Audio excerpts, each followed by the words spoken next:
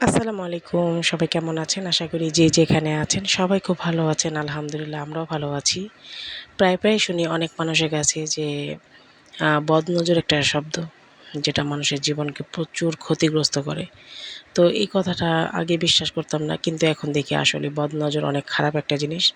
আপনি যখন বেশি খুশি হবেন, বেশি খুশি হয়ে কাউকে সেটা প্রকাশ করতে যাবেন, সেটাই আপনার নজরে লেগে যাবে। সেটা হোক আমার ক্ষেত্রে বা আপনার ক্ষেত্রে একই কথা। বেশি উৎসাহিত হইলে, বেশি খুশি হলে কখনো কারোর সাথে শেয়ার করবেন না।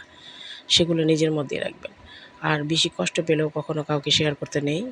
সেই কষ্টের কথাটা দিয়ে আপনার সাথে সবাই ব্ল্যাকমেইল করবে, মশকরা করবে, হাসি ঠাট্টা করবে। তো বেশি আনন্দ বা বেশি খুশি দুটোই নিজের মাঝে রাখা উচিত।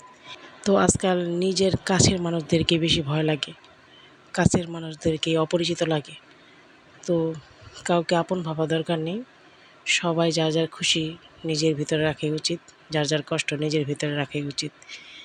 তো সবসময় নিজের সাথে কথা বলবেন, নিজেকে চিনবেন, ভালো থাকবেন।